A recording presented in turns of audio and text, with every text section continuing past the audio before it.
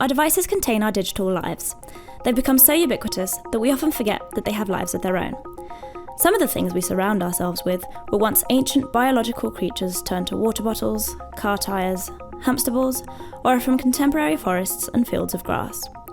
In an ideal world, our devices are continually reincarnated into new realities that shape our own. Most of our materials are sucked out of the ground, pushed, pulled, and formed into objects that make up our designed environments. We use them until they're lost, stolen, dropped, broken, or replaced by something new and shiny. We try to recycle them, but more often we throw them out, and sometimes we abandon them altogether. Buried underground, floating in the high seas, burning in electronic graveyards. Our materials arrive in purgatory between potential and decay, likely never to be seen again by a circular system. Luckily, some people have plans to solve this, which include circular life cycles, improvements to chemical and mechanical processing, regulatory policy, public education, and penalties for misuse. But these strategies fall short. A study conducted by Google identified 5 strategic interventions that could improve circularity for plastics. Even if these work as intended, this would leave up to 40% without a potential solution, which they call unaddressed volumes. And that's just plastic. A couple of companies have tried using GPS tracking and metagenomic data to understand the movement of materials, but this isn't enough information to address the problems we need to solve. Whose stuff is this? Where is it from? What's it made of? How did it get here? And where should it go? If materials could store this data, we could identify the gaps in our system and return them to their designed life cycles. Only in the past few decades have humans taken more seriously the storage device we carry inside us all. Built into every cell of our body, there is a record of who and what we are, our DNA. Nature launched this data storage product approximately 4 billion years ago, and it seems to have a pretty dedicated user base to this day. If our materials had DNA of their own, we would have the breadcrumbs necessary to understand their location, provenance, and ownership to uphold the integrity of a circular economy. We've become really good at sequencing DNA, and more recently, we've developed great ways to write it too. Companies like Twist Biosciences, Illumina, and Catalog are rapidly advancing the process of creating synthetic DNA and storing information within it. This engineering of DNA could one day replace our resource-intensive data facilities and even compute. Protocols like DNA Fountain have enabled us to convert data into DNA sequences. They've stored the entirety of Wikipedia, videos, 3D files, and even the instructions for printing those 3D objects inside DNA. For our purpose, we only need to store a small amount of material information. Here's a basic breakdown of our process, based on the recent state of the art. We first encode the data we want to embed using a process like DNA Fountain. It converts ones and zeros into ATCGs. Next, we synthesize DNA oligos based on that sequence. We then encapsulate the DNA within silica nanoparticles to protect it during the manufacturing and recycling processes.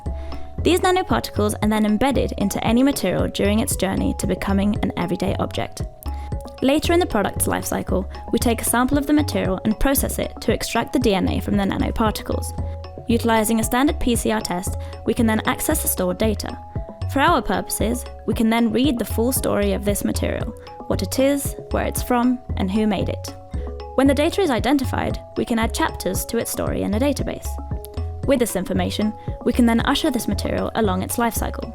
Neat, right? Okay, but how does it scale? And why should I care as a customer or company? The EPA's Office of Pollution and Toxics identified over 480 eco-labels on the market, and as of August 2021, recommended 48 labels and 3 specifications that align with the recommended sustainable practices of the federal government. So what role can we play? Welcome to the Material Provenance Project. We maintain an open-source DNA-based encoding standard, manage a worldwide registry of product data, and steward best practices with global organizations.